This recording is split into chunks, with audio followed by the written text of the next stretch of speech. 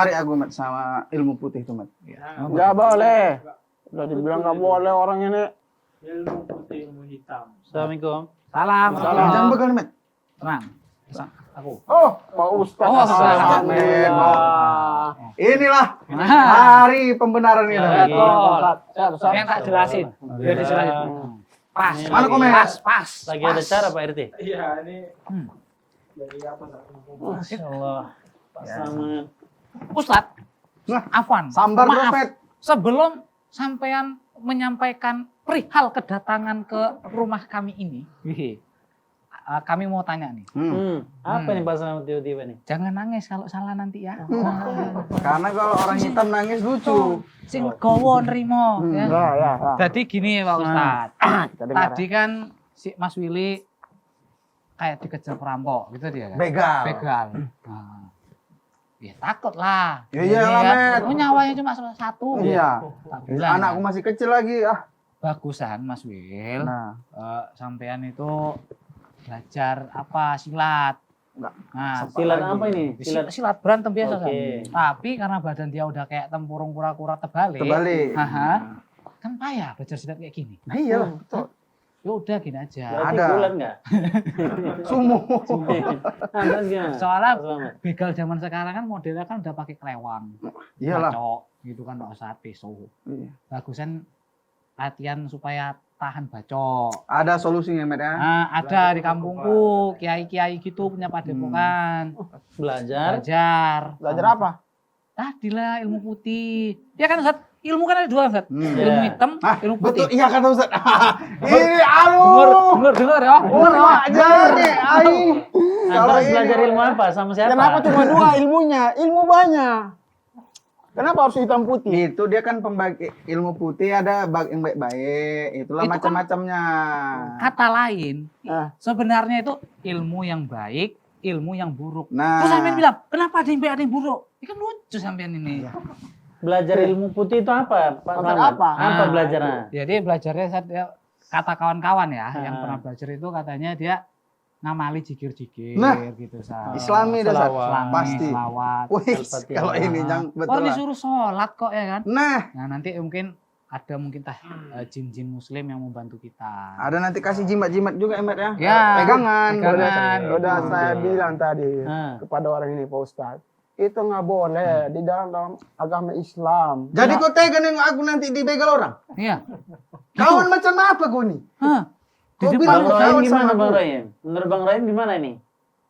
Menurut Bang Rohim nggak boleh? Nggak boleh. Menurut saya itu nggak boleh dalam Kalau Islam. dia kan saat memang kurang dekat aku sama dia nih. Kok sama Slamet aku gini? Oh. Dia emang kayak dalam gitu. kesalahan.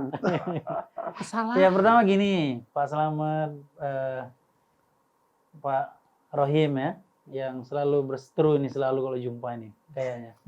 Nah pertama dalam Islam itu kita diperintahkan untuk menuntut ilmu. Kata Rasulullah itu tolabul ilmi faridah, ya kan, menuntut ilmu itu wajib. Parido. Jadi menuntut ilmu itu wajib. Jadi Apa? kalau ditinggalkan berdosa nih, Sat. Ditinggalkan berdosa. Jadi kita Kejam dituntut kali. untuk menuntut ilmu. Nah, menuntut ilmu itu apa kemudian menjadi wajib? Sementara ilmu itu banyak ragamnya, ya kan? Baik berbicara tentang ilmu dunia atau berbicara tentang ilmu akhirat. Nah, Ilmu akhirat pasti agama. Maka dikatakan, nah, kewajiban ini kata Rasulullah adalah ilmu agama. Apakah semua konteks ilmu agama ini yang wajib? Maka dikatakan nggak semua.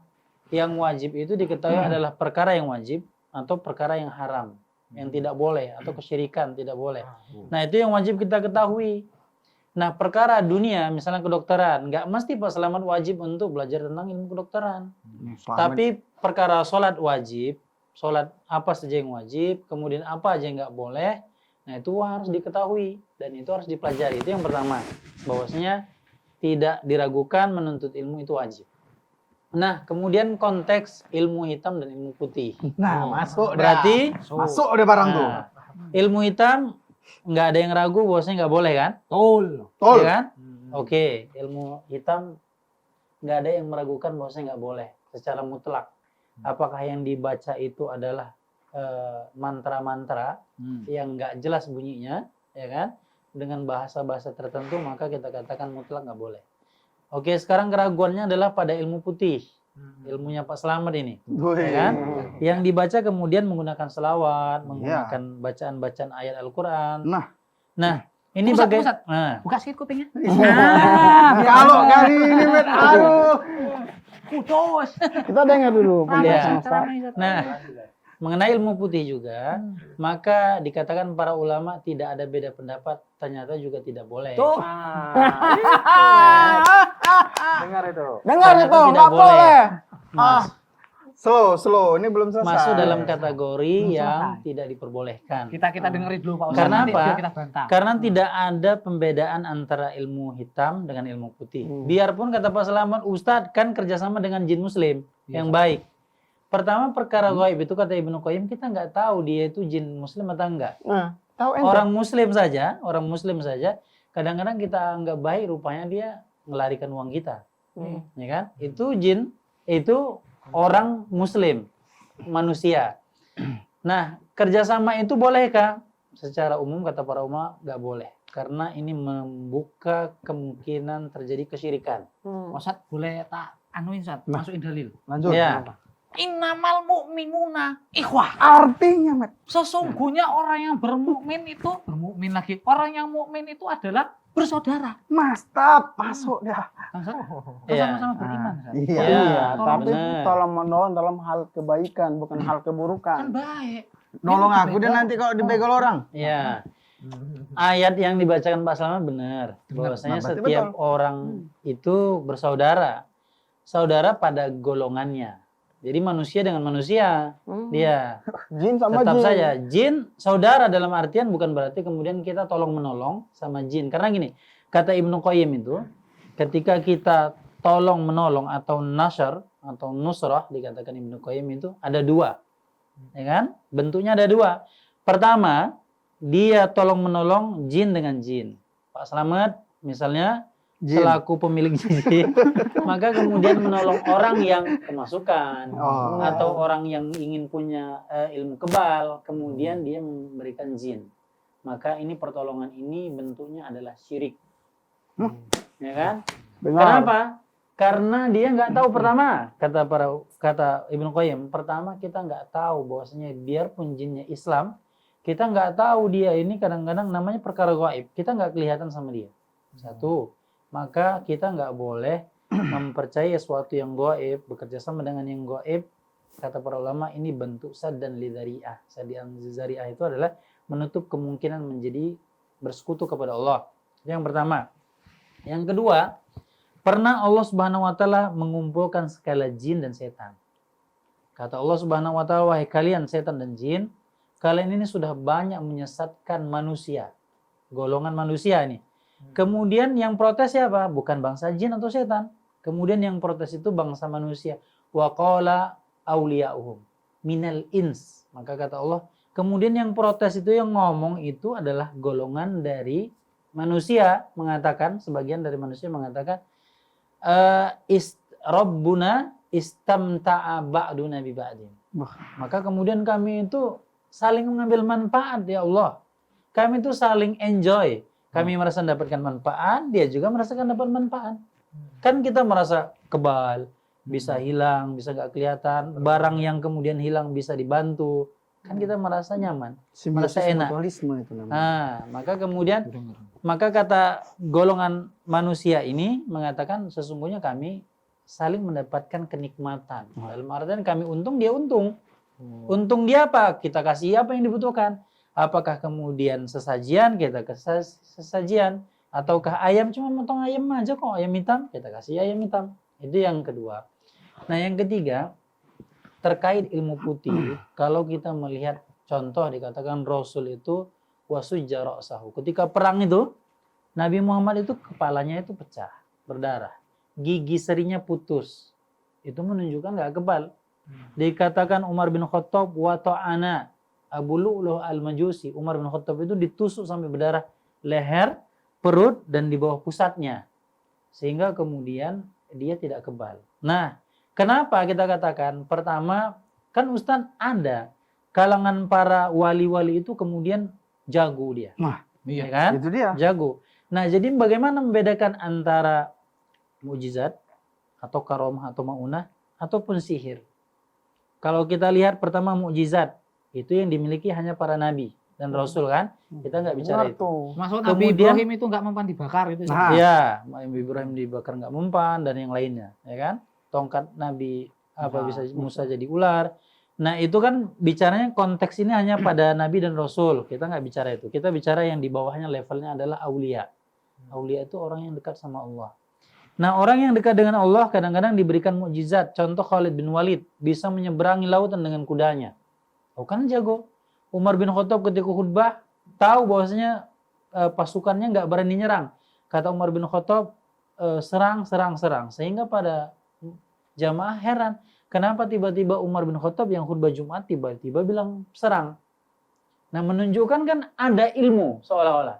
Nah, dikatakan itu adalah bentuk maunah atau karomah yang diberikan kepada wali. Nah, apa bedanya? Bedanya sihir itu pertama bisa diajarkan. Nah, kalau kata Pak Slamet, Bang Willy belajar ke sana. Nah, itu kan konteksnya belajar. Nggak ada Nabi Ibrahim itu aku belajar lah biar nggak mempan dibakar, nggak ada.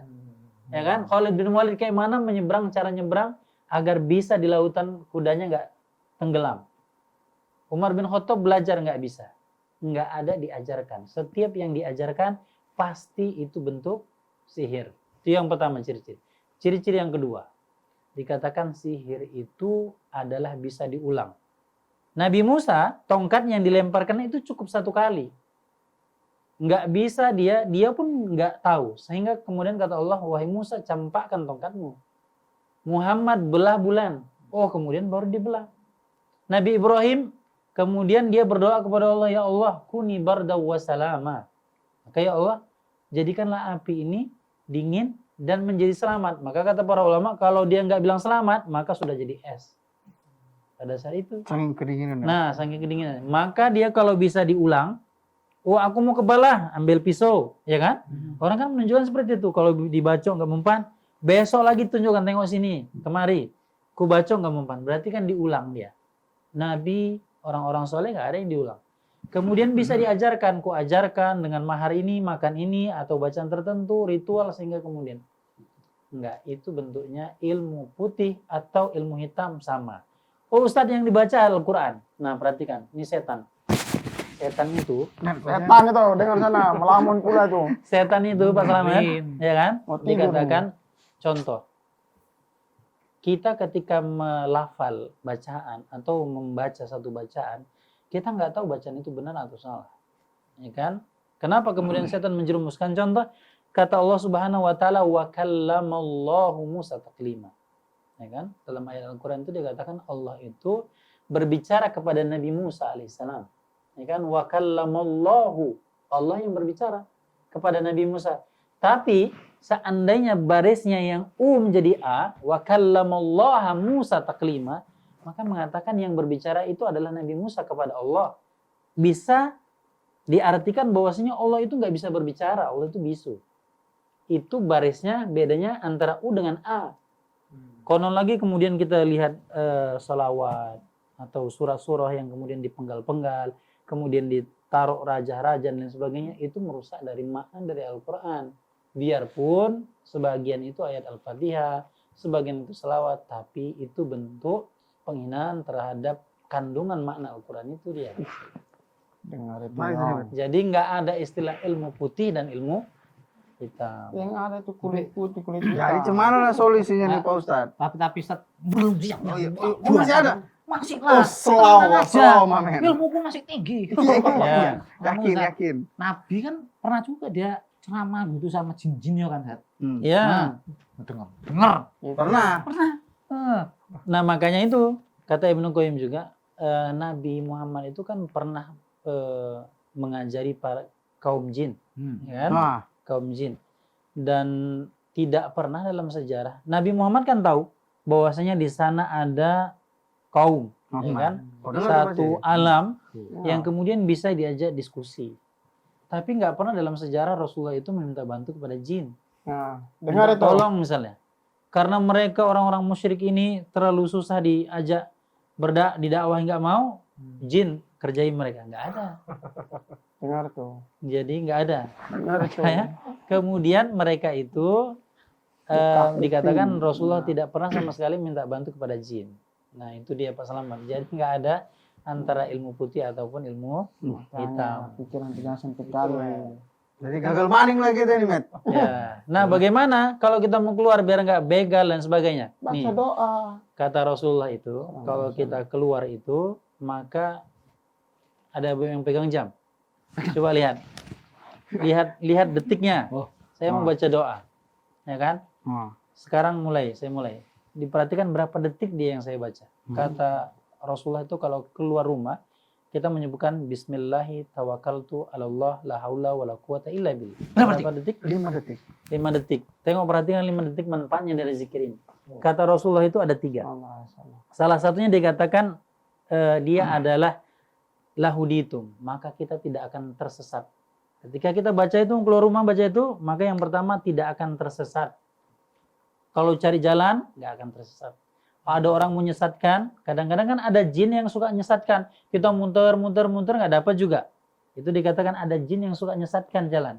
Maka dikatakan lahuditum akan mendapatkan hidayah dan petunjuk. Itu yang pertama. Yang kedua kata Rasulullah salah satunya adalah lakufitum. Lakufitum itu apa? Akan dijaga oleh Allah. Nah dijaga itu oleh Allah dari mana? Dari begal, dari siapa saja. Banyak orang kan kalau keluar bawa uang sedikit saja. Yang ngawal tentara, polisi, dan lain sebagainya. Keamanan-keamanan tertentu. Nah kalau kita baca itu, maka yang menjaga dikatakan adalah Allah. Maka nggak cukup Allah yang sudah menjaga. Dengar Siapapun tuh. maka Ilmu putih. maka cukuplah untuk baca doa.